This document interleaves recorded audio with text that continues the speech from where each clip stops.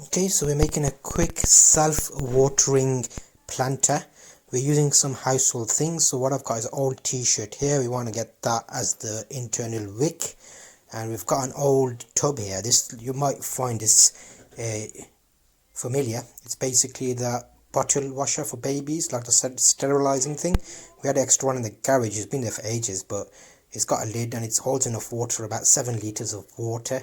So we're going to upcycle this and make our tomato weekend, or probably even, well, lifetime, I think, because that water will be enough to top up. So we're basically using the wick through the bottom of this test pot, and we're going to fill it with compost, and the bottom will be filled with water, and the compost being dry and the wicking motion will suck the water up into the top and feed the plant, which will be on top of this. This is a small one, but I might get a bigger pot which I've got at the side, which will be the final sitting position on the floor. But basically fill it with compost and use this as our, well, self-watering, that you don't have to worry about tomato. We'll see how they grow on here compared to the normal watered version, and see if it does well. But yeah, just basically fill it with multi-purpose compost and then sit it on top of the lower water chamber. It looks like this, and that will just look after itself. You don't have to worry about it.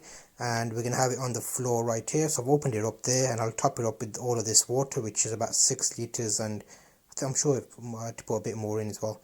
But yeah, so I'll put that in, and then I've got a little line which will be in the pot to allow the tomato to grow up, which will hopefully give us some nice juicy tomatoes. And if you have any lying around, buckets or old tubs or something, you can use a similar thing, drilling a hole in the top. But luckily with this, it already had a hole in there. Just putting a little cap in there so we can see where the water level is. And now we'll put the pot on top and just drop that into the water, and we'll have a quick look to make sure it stays soaked. That's what it would look like. And when we put the plant in, we'll just bury that into the soil, and the plant will go on top of it, so it'll grow straight up that washing line cable / wire.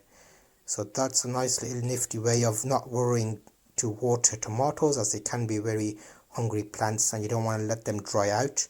So that's a quick look at it, and you can see already it's sucking the water up and it'll be wicking up to the top. I've got another proper pot that I'm going to be using, so I'll get that and then adjust it. But I left this for a day just to see how the soil was, and to the touch it was damp or moist even, so that showed that it was taking up the water and wicking. You could even put a tomato solution in the bottom, but here's one of my bigger buckets that I normally use, 10-litre bucket. I drop some compost mix into this one and get rid of some of the old compost and have more of a healthy mix. We've got some farmyard manure which I can use to put in here, and that's what we'll do.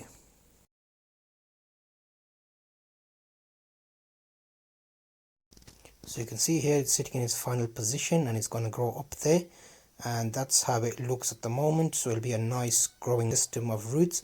I topped up with compost in there, and that's the wick there. You can see it, and it's wet, so it's nicely working. And you can see there, that's the water, so it should be nice and healthy. I've got already some tomatoes growing. They've been growing for a while. You can probably follow them. I think I've got a playlist for tomato growing, but here you can see those. We'll get one of these big old plants and put it in that pot and set it on its way and see how it does. So here you can see it all set up as self-wicking tomato planter.